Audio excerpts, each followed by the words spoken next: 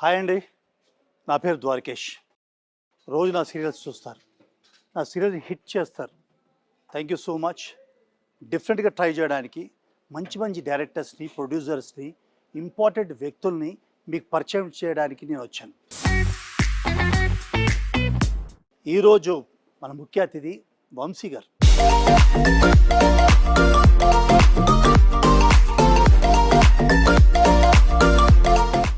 వంశీ గారు కావాలి అని ఆశ ఉంటే సరిపోదండి. చూశారు కదా ఎన్ని బుక్స్, ప్రతిదాన్ని ఈజీగా రాదండి. Should work hard for it. ఎన్ని బుక్స్ చదివితే ఒక వంశీ గారు అవుతారో మీరు ఆలోచించండి.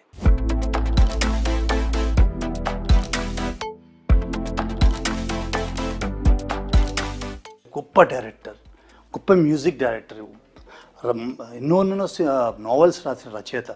ఎన్ని ఒక్కటా రెండా, ఎన్ని రచనలు, ఎన్ని మూవీస్, ఎంత క్రియేటివిటీ, ఎంతోమంది యాక్టర్స్కి ఆయన ఒక ఉపాధి కల్పించారు. అంత గొప్ప డైరెక్టర్ని ఇంటర్వ్యూ చేయబోతున్నానంటే తెలియకుండా కొంచెం భయం కూడా ఉందనుకోండి, but I do it. Vamsi గారు, మేము మీకు వచ్చి ఇంటర్వ్యూ తీసుకోవడానికి మాకు చాలా సంతోషంగా ఉంది. ఎందుకంటే this was my dream sir. As an యాక్టర్గా డే 1 నుంచి మీ సినిమాలు చూసి అట్లా స్టార్ట్ చేసిన వాళ్ళు మేమందరం చాలామంది ఉన్నారు. దాంట్లో ఈరోజు మాకు ఈ అవకాశం దొరికినందుకు మనస్ఫూర్తిగా మీకు థ్యాంక్స్ చెప్తున్నాం సార్. Thank you sir. ఈ బిగ్ టీవీ ఉద్దేశం ఏంటంటే సార్, జనరల్ మీరు ఎలా ఉన్నారు ఈ సినిమాలు, అది కాకుండా ఒక గొప్ప డైరెక్టర్స్ కానీ యాక్టర్స్ కానీ వాళ్ళ సమస్యలు ఏంటి, వాళ్ళవి ఏ విధంగా వాళ్ళ లైవ్లీవుడ్ జరుగుతుంది, ఇవన్నీ చెప్పడం ద్వారా సమాజంలో మాకు ఒక చిన్న రెస్పాన్సిబిలిటీ ఉంది సార్. ఎందుకంటే మీలాంటి గొప్ప వాళ్ళని కాపాడుకునే రెస్పాన్సిబిలిటీ ప్రతి ఒక్క టీవీ సినిమాలు ఎంటర్టైన్మెంట్ ఎంజాయ్ చేసే ప్రతి ఒక్కరికి బాధ్యత సార్. అందుకే ఈరోజు ఇంటర్వ్యూ జనరల్గా మీ బాల్యం ఏంటి అది మీరు చాలా దాంట్లో చెప్పున్నారు. నేను డిఫరెంట్గా చేయాలని నా ప్రయత్నం సార్. సో ఫస్ట్ క్వశ్చన్, మీ కొత్త ప్రాజెక్ట్స్ ఏంటి సార్? తొందరలో ఒకటి స్టార్ట్ అవుతుందండి. ఓకే. నా లైఫ్లో ఇదే బెస్ట్ ప్రాజెక్ట్ అవుద్దండి. అదే ఇది సస్పెన్స్ థ్రిల్లరా లేకపోతే ఎంటర్టైన్మెంటా, కామెడీయా సార్? కామెడీ ఉంటుంది కానీ అక్కడక్కడ కామెడీ కాదండి. ఓకే. ఒక సస్పెన్స్ థ్రిల్లర్. మళ్ళీ ఇప్పుడు కామెడీ ట్రెండ్ స్టార్ట్ అయింది కదా కొంతమంది కొత్త డైరెక్టర్స్ వల్ల. మళ్ళీ కామెడీ అనేది ప్రజెంట్ మూవీస్ చాలా సినిమాలు హిట్ అయ్యాయి సార్. మీరు కామెడీకే ఒక బెంచ్ మార్క్. మీరు మీ సినిమాలు లేడీస్ టైలర్ కానివ్వండి, చెట్టు కింద పీడర్ కానివ్వండి, ఎన్నో సినిమాలు వి ఎంజాయ్డ్. కామెడీ అంటే ఇంత హెల్దీగా, అంటే ఎక్కడ కూడా అసభ్యంగా లేకుండా ఒక మెసేజ్ ఓరియంటెడ్గా ఉండే కామెడీ తీశారు కదా. మళ్ళీ మీరు ఈ కామెడీ ఎందుకు ఆ జోన్ టచ్ చేయాలనుకోవట్లేదు మీరు? నేను చాలా చోట్ల చెప్పిందే మళ్ళీ చెప్తున్నానండి సార్. ఎందుకంటే నిజం అదే. నేను రాసిన కథల్లో కానీ నా లైఫ్లో కానీ కామెడీ లేదండి. ఓకే. నేను ఈ కామెడీలు తీయడానికి నాకు inspiration Norman wisdom, Illi light లాంటి గొప్ప గొప్ప కామెడియన్స్ అండి. ఇన్స్టెంట్ కామెడీ నేను చేసేది అంతాను. డైలాగ్తో నవ్వించడం అలాంటి నేను చేయను. అలాగే ఆ సినిమాలు చూసి నేను కామెడీలు చేయడం జరిగిందండి. ఈ కామెడీ సినిమాల వల్ల నేను ఒక సితారా, అన్వేషణ అలాంటి సినిమాలు నేను తీయలేకపోయాను. పెద్దగా ఆడకపోయినా మహర్షి ఇలాంటి సినిమాలు చేయలేకపోయానండి. ఈ లేడీస్ టైలరు ఇవి రావడం వల్ల. అయితే కామెడీలోనే మన మంచి సినిమా ఒకటి ఉంది నాది, ఏప్రిల్ 1 విడుదల. కామెడీల కంటే నేను వాటికే ఎక్కువ ఇది ఇస్తానండి. నేను ఒక క్వశ్చన్ అడగాలనుకుంటున్నాను, తప్పుకుంటే క్షమించాలి. ఇంత టాలెంట్ పెట్టుకొని ఇన్ని సినిమాలు తీసి ఇంత ఉండి ఎక్కడ మీరు వెనుకబడిపోయారేమో అని నా అభిప్రాయం సార్. ఒక సినిమా ఆడితే కానీ తర్వాత సినిమా, మరి ఈ మధ్య నా ఈ పెద్దగా ఆడిన సినిమాలు లేవు. కాబట్టి అవకాశాలు కూడా రావు. దాన్ని బట్టి వెనకబడమే జరుగుద్దండి. అయితే మీరు ఇలా అడిగారు కాబట్టి చెప్తున్నా. ఇది సందర్భం మరి కాదో తెలియదు కానీ చాలామంది వస్తుంటారండి. నేను అన్నీ ఒప్పుకోబుద్దేదండి. అలాగా వస్తూ పోతూ ఉండేవాళ్ళు ఎక్కువండి. కొన్ని మెటీరియల్ అవుతాయి, అన్ని విధాలు చాలా కలవాలి కదండి, చాలా కలిసి రావాలి కదా సినిమా అంటే. ఆ విధంగా ఈ మధ్య నాకు పెద్దగా నేను సినిమాలు చేయలేదు కాబట్టి మీరు అన్నట్టు వెనకబడ్డమే జరిగిందండి. సిటీకి దూరంగా, ఏకాంతంగా, ఎవరికి అందుబాటులో లేకుండా చాలా దూరంగా మీరు ఉంటున్నారు కదా, ఇది సొసైటీ పైన మీ రివెంజా సార్? మీకు నేను కొత్త, పాత వాళ్ళందరికీ తెలుసు నేను చాలా దూరంగా ఉంటాను, ఒంటరిగా ఉంటానండి. దూరంగా కాదు, ఒంటరిగా ఉండడం నాకు ఇష్టం అండి. ఇది అలా ఒంటరిగా ఉంటేనే ఏవో కొన్ని చదవగలుగుతాం, చూడగలుగుతాం, ఏదో చేయగలుగుతాం. నాకు సినిమాలు తీయడంతో పాటు రాసే అలవాటు ఉందండి. చాలా కథలు ఉన్నాయి నాయి. ఇవన్నీ నేను ఒంటరిగా ఉండడం వల్లే చేస్తానండి తప్ప ఎవరి మీద నాకు ఎలాంటి వెంజెన్సీ లేదండి. మా పసలపూడిలో కూడా నేను ఒంటరిగానే ఉండేవాడిని. అందుకే ఒక్క స్నేహితుడు కూడా లేడండి ఆ ఊళ్ళో. ఫ్రెండ్స్ చేసుకోకపోవడం కూడా మీకు బికాజ్ ఈ క్రియేషన్కి యూజ్ అయింది అనుకుంటారు సార్? ఇది తెలియదండి, ఆ విధంగా కలిసి రాలేదు. అంటే నా బిహేవియర్ కూడా ఉంటుంది కదా, నేను ఎవరితో పెద్దగా కలవలేని ఆ కలివిడితనం నాలో లేదేమో. మీ సినిమాలు, ఆ గోదావరి, ఆ పల్లెటూర్లు, ఆ సాంగ్, ఆ మ్యూజిక్స్ ఇవన్నీ ఒక బ్యూటిఫుల్ ఎక్స్పీరియన్స్ సార్ మాలాంటి ప్రేక్షకులకి. అలాగే ఎంతోమంది ప్రొడ్యూసర్స్ మీతో చేయాలనుకునే వాళ్ళు ఉంటారు కదా సార్. మీరు ఎవరికి దూరంగా, అందరికీ అందుబాటులో లేకుండా చాలా దూరంగా ఉంటే వాళ్ళు ఎలా అప్రోచ్ అవుతారు గురుగారు? నిజంగా కావాలనుకున్న వాళ్ళకి వాళ్ళు తప్పకుండా వస్తారండి. మనం ఎక్కడున్నా వస్తారు, అడవిలో ఉన్నా వస్తారు. ఊరు మధ్యలో ఉంటే ఎవరో వచ్చి మీద పడిపోతారని నాకు నమ్మకం లేదు. అదేం కాదండి, కావాలనుకున్న వాళ్ళు మనం ఎక్కడున్నా వస్తారు. నేను కొన్నాళ్ళు చాలా దూరంగా ఎక్కడో ఉన్నానండి, ఆంధ్రాలో. యుఎస్ నుంచి ఒక ఆయన నాతో సినిమా చేద్దామని కబురు చేశారు. ఆయన ఎంక్వైరీ చేసి పట్టుకుని, మరి కావాలనుకుంటే అలాగే ఉంటుంది. కోర్స్ అది మెటీరియల్ ఇవ్వలేదు అనుకోండి, నేను అది నమ్మను. సో ఇప్పుడు మీరు రాస్తున్న స్టోరీస్ కానీ, ఈ రోజు కూడా మీ బుక్స్కి అంత ఆదరణ ఉంది కదా, ఇన్ని రాస్తారు స్టోరీస్. నేనేమనుకుంటున్నానండి సార్, ప్రజెంట్ సొసైటీలో ఇలాంటి సినిమాలు మీరు రాయే రచనే కాకుండా సినిమాల ద్వారా కూడా చాలా సినిమాలు చేయాలనేది మాలాంటి వాళ్ళు ఎదురు చూస్తున్నాం సార్. ప్రజెంట్ మీ ఉపాధి ఎలా సార్, ఎలా నడుస్తుంది మీకు? సినిమా పని అండి. దానికంటే నాకు ఈ రాసే అలవాటు ఉంది కాబట్టి నాకు మంచి మంచి స్పాన్సర్స్ దొరుకుతారండి. ఆ బుక్స్ పబ్లిష్ చేసి డిస్ట్రిబ్యూషన్కి ఇస్తాను, నేనే పబ్లిషర్ని. ఆ డిస్ట్రిబ్యూటర్లు నాకు బాగానే అమౌంట్లు పంపిస్తూ ఉంటారండి. ఒక విధంగా చెప్పాలంటే ఈ మధ్యకాలంలో నీ సినిమా తీసి చాలా కాలం అయింది కాబట్టి పుస్తకాలే నన్ను పోషిస్తున్నాయండి, నేను రాసిన కథలు. ఇన్ని ఇయర్స్ గ్యాప్ వచ్చింది కదా సార్, ఎలా ఫిలప్ చేశారు సార్ ఈ గ్యాప్ని? చదవడం, రాయడం, వినడం, ఇలాగే ఎప్పుడు నేను ఖాళీగా ఉండండి. ఏ క్షణం నేను ఖాళీగా ఉండి, నేనేంటి ఎవరు ఉండరు, మీరు ఉండరు, నన్ను అడిగారు కాబట్టి నేను చెప్తున్నాను, ఖాళీగా ఎప్పుడు ఉండండి. ఆ విధంగా నేను ఒంటరిగా ఏదో చదువుతాను, రాస్తాను, చేస్తాను, ఉంటాను. సోషల్ ప్లాట్ఫామ్స్ నుంచి కూడా దూరంగా ఉన్నారు మీరు, ఏ విధంగా కూడా టచ్లో లేరు కదా సొసైటీ? అవునండి, గాలి మాటలు ఏం మాట్లాడడం నాకు తెలియదు, చేత కాదు. ఇక మీదట ఫ్యూచర్లో అందరితో టచ్లో ఏదైనా యూట్యూబ్ ఛానల్ కానీ, లేదా ఫేస్బుక్లో ద్వారా కానీ, ఇన్స్టా ద్వారా కానీ సొసైటీకి ఏమైనా చేయాలనుకుంటారా సార్?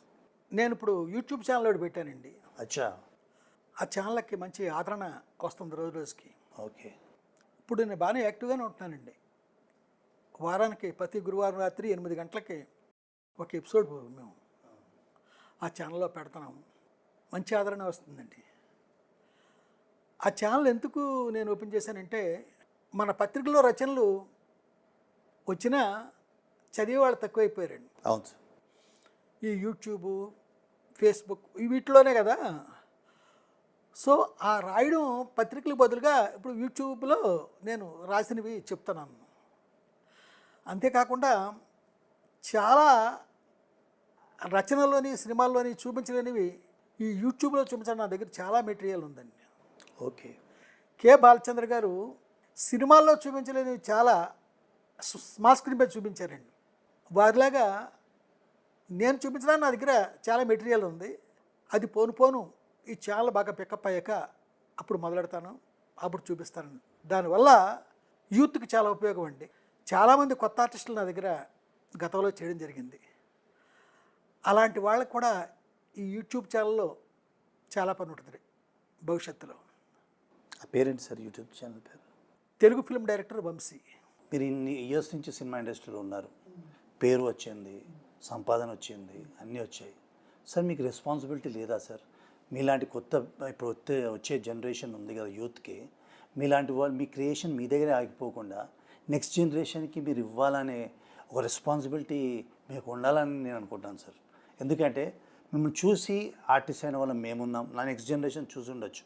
ప్రజెంట్ జనరేషన్ పెద్ద పెద్ద డైరెక్టర్స్ అవ్వాలనుకునే వాళ్ళకి క్రియేషన్ అంటే ఇలా కూడా చేయొచ్చు, ఒక 3 డైమెన్షనల్ థింకింగ్ అంటూ తీసుకొచ్చింది మీరే సార్.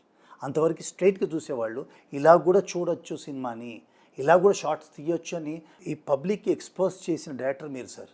న్యూస్ ఛానల్ ద్వారా ఒకటి అడుగుతాను సార్, మీకు రెస్పాన్సిబిలిటీ ఉండదా సార్? మీరు కొత్త వాళ్ళకి ఆ క్రియేషన్ని నెక్స్ట్ జనరేషన్ ట్రాన్స్ఫర్ చేయాలని, వాళ్ళని ట్రైన్ చేయాలని, వాళ్ళకి చెప్పాలని ఆ రెస్పాన్సిబిలిటీ తీసుకోవాలి కదా సార్. అంటే ఏమైనా ఫిల్మ్ స్కూల్ ఏమైనా పెట్టాలంటారా ఏంటి మీరు అనేది? ఫిలిం స్కూలే కాదు సార్, ట్రైనింగ్ స్కూల్ లాంటిది, లేకపోతే యూట్యూబ్ ద్వారా లేదా సినిమాల ద్వారా కొత్త వాళ్ళకి అవకాశం ఇవ్వడం కానీ, కొత్త ఆర్టిస్ట్ వచ్చే వాళ్ళకి కొత్త డైరెక్టర్స్ ఉంటే వాళ్ళ అసిస్టెంట్ డైరెక్టర్గా చేర్చుకొని వాళ్ళకి నేర్పించి, అదే మీ క్రియేషన్ మీ దగ్గరనే అంతరించిపోకుండా నెక్స్ట్ జనరేషన్కి. మీ ప్రశ్నకి ఇందాక నేను ఆన్సర్ ఇచ్చేసాను. యూట్యూబ్లో ఫ్యూచర్లో నెరేటివ్ చాలా చేస్తానని. అది సెలబ్రేట్ సార్. పోతే ఈ ఫిల్మ్ స్కూల్స్ సపోజ్ యాక్టింగ్ ఉంది నేర్పడాలు, అవన్నీ నేర్పడం అనేది కాదండి.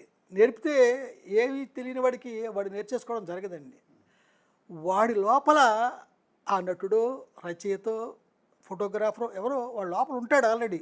ఆ ఉన్నవాడిని బాగా ఇంప్రవైజ్ చేసి చక్కగా, ఇప్పుడు నటుడు ఉన్నాడండి, వాడు ఆల్రెడీ లోపల నటుడు ఉంటేనే తర్వాత వీళ్ళు ఏం చేస్తారంటే వాడికంటూ ఒక పాజ్ ట్రైప్ చేయడం ఇలాంటివి చేస్తారండి. వాళ్ళు ఏమీ లేనప్పుడు మనం ఏం చేసినా వేస్టే.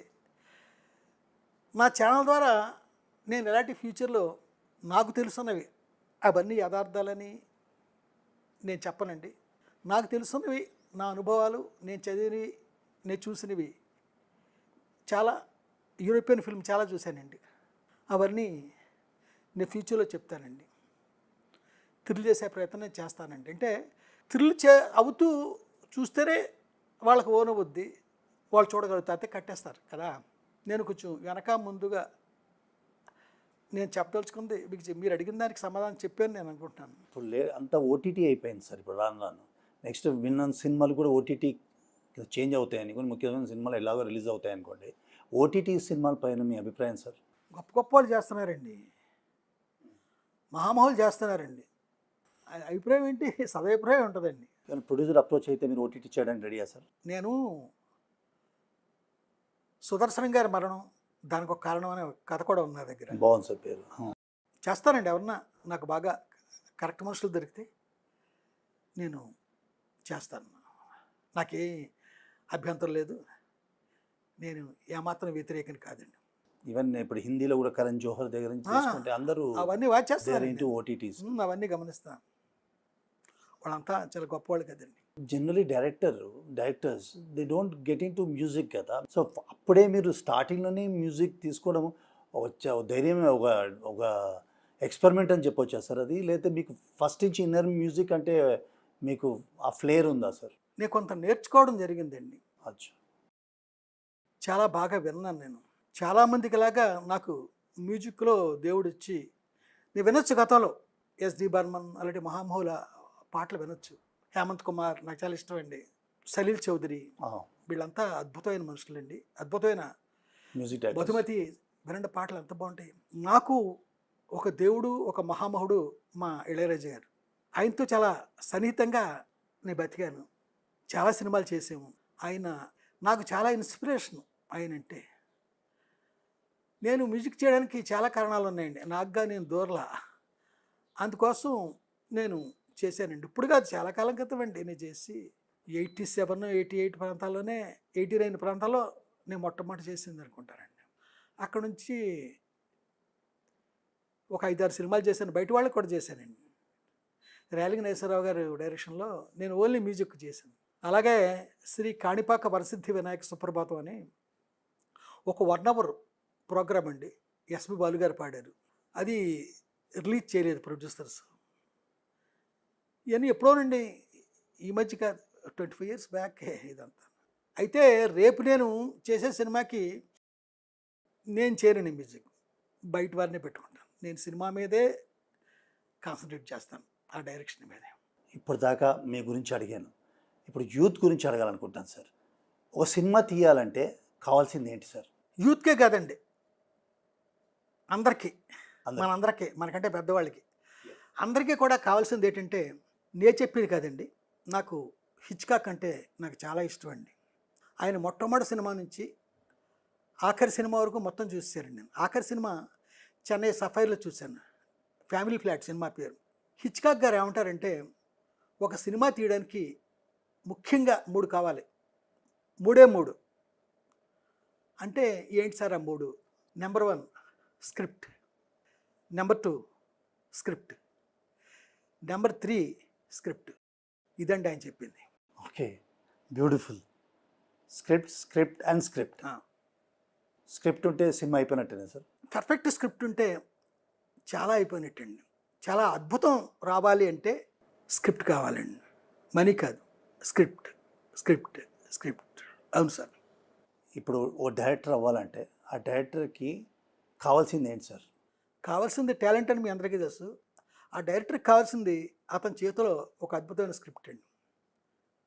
ఇదే హిచ్కాక్ వారు ఏం చెప్పారంటే, గతంలో ఎవడో నాలాంటి వ్యక్తి, సార్ మీరు వెర్టిగో అని ఒక సినిమా అనౌన్స్ చేశారండి, అది ఎంతవరకు వచ్చిందండి? ఏ సినిమా సైలెంట్గా ఏ పేపర్లోని ఏం న్యూస్ రావట్లా, ఎంతవరకు వచ్చింది అని అడిగారు.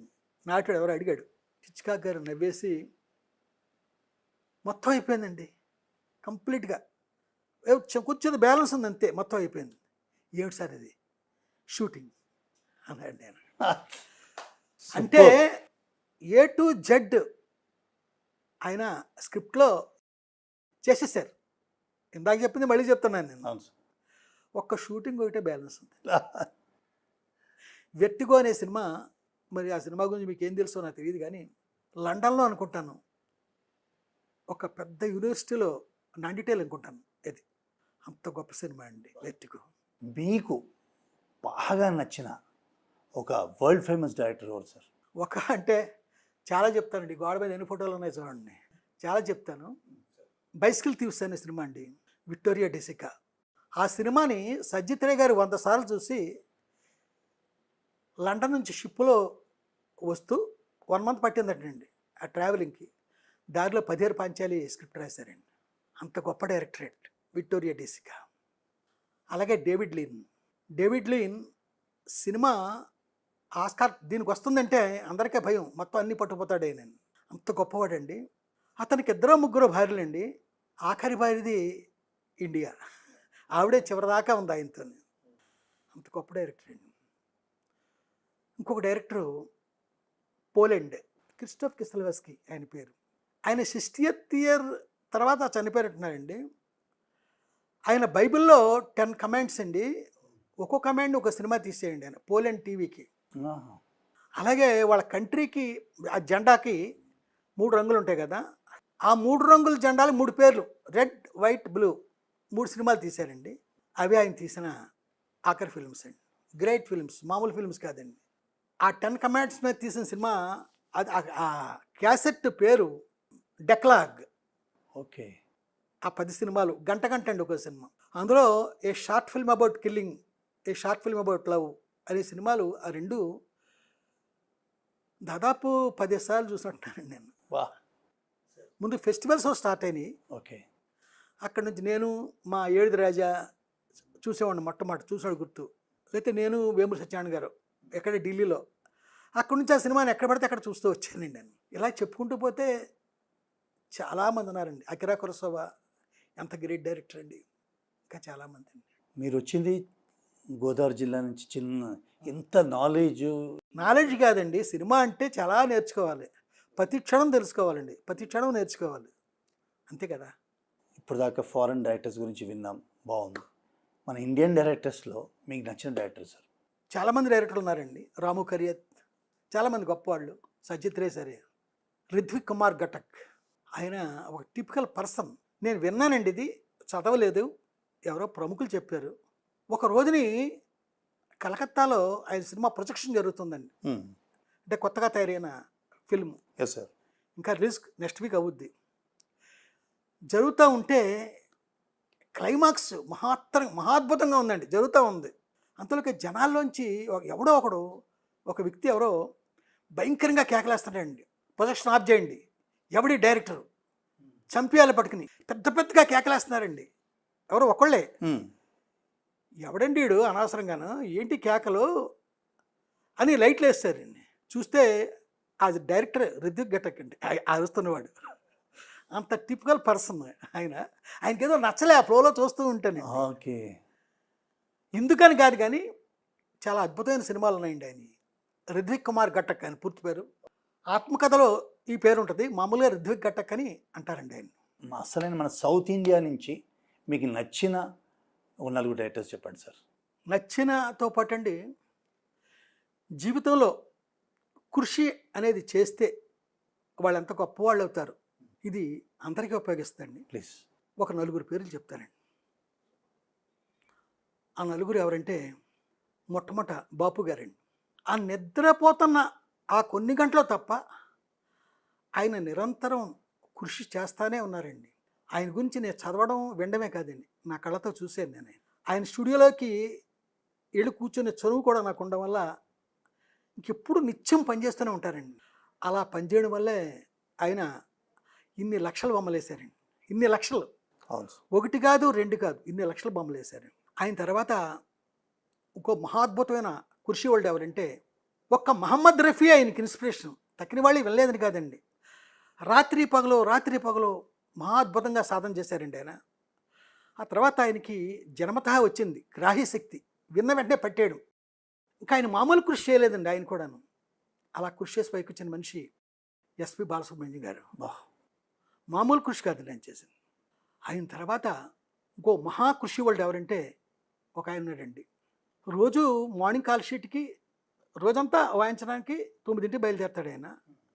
అలాంటిది బ్రహ్మముహూర్తంలో లేచి ప్రాక్టీస్ స్టార్ట్ చేసేవాడండి ఆయన. మార్నింగ్ 5-6 దాకా చేస్తానే ఉండేవాడండి ఆయన. ఆ తర్వాత ఒక గంట పడుకుని లేచి గిటార్ తీసుకుని రికార్డింగ్కి వెళ్ళిపోయేవాడు ఆయన. తనదంటూ ఒక స్టైల్. ఎక్కడో మారుమూల నుంచి వచ్చిన మనిషి, తమిళనాడులో పన్నయ్యపురం అనే మారుమూల నుంచి వచ్చిన వ్యక్తి ఈ ప్రపంచంలోనే ఈయందంటూ ఒక స్టైల్, ఎందరో ఫాలో అవడం ఆయన్ని, మామూలు కాదండి. అంత గొప్ప వ్యక్తి అయ్యండి ఆయన. ఆయన ఎవరంటే మా ఇళయరాజా గారు. ఇళయరాజా గారు. ఆ తర్వాత నేను ఫీల్డ్కి వచ్చిన టైంలోనే ఒక ఆయన ఇచ్చారండి, యాక్టింగ్ స్కూల్. దాంట్లో ఆయన చేయడం జరిగింది. ఆయన క్లాస్మేట్స్ చాలామంది నాకు మిత్రులు, నా రూమ్మేట్లు కూడా. ఓకే. అతను చేసిన కృషి ఇంత అంతా కాదండి, రాత్రి పగలు కృషి చేస్తూనే ఉన్నాడండి. చేస్తూ తనదంటూ ఒక స్టైల్, ఫైట్లు చేస్తూ తనదంటూ డూపుని యాక్సెప్ట్ చేసేవాడు కాదండి నేను. తనదంటూ ఒక స్టైలు అన్ని వాటిలోనే చూపించాడు నేను. చూపించి ఒక మెగాస్టార్ అయ్యాడు. వాహ్ సార్. చిరంజీవి గారు. మరి ఈ యాక్ట్ చేసే వాళ్ళందరికీ ఆయన ఇన్స్పిరేషన్గా తీసుకుంటే అవును సార్, అది తీసుకుని తీరాలండి. మీరు అన్నారే అవును సార్, ఈ పైకి వస్తున్న వాళ్ళకి ఏం చెప్తారని, వీళ్ళని ఉదాహరణగా వీళ్ళని తీసుకుంటే చాలండి. అంత కృషి వాళ్ళండి చిరంజీవి గారు. నా ఫస్ట్ ఫిల్మ్ హీరో ఆయనే. ఆ తర్వాత 4-5 సార్లు కలిసి ఉంటారండి. ఆ 4-5 సార్లు కూడా ఎయిర్పోర్ట్లో. ఆయన మద్రాసులో ఫ్లైట్ ఎక్కి హైదరాబాద్ వస్తున్నారు, నేను వస్తున్నా. వ్యక్తిగతంగా ఎప్పుడు ఆయన కలలేదు, కానీ ఆయన దూరం నుంచి ఆయన్ని బాగా ఆ రోజులో చూసిన నేను, ఎరిగిన నేను ఫీల్ అయ్యేది ఇదండి. Thank you so much.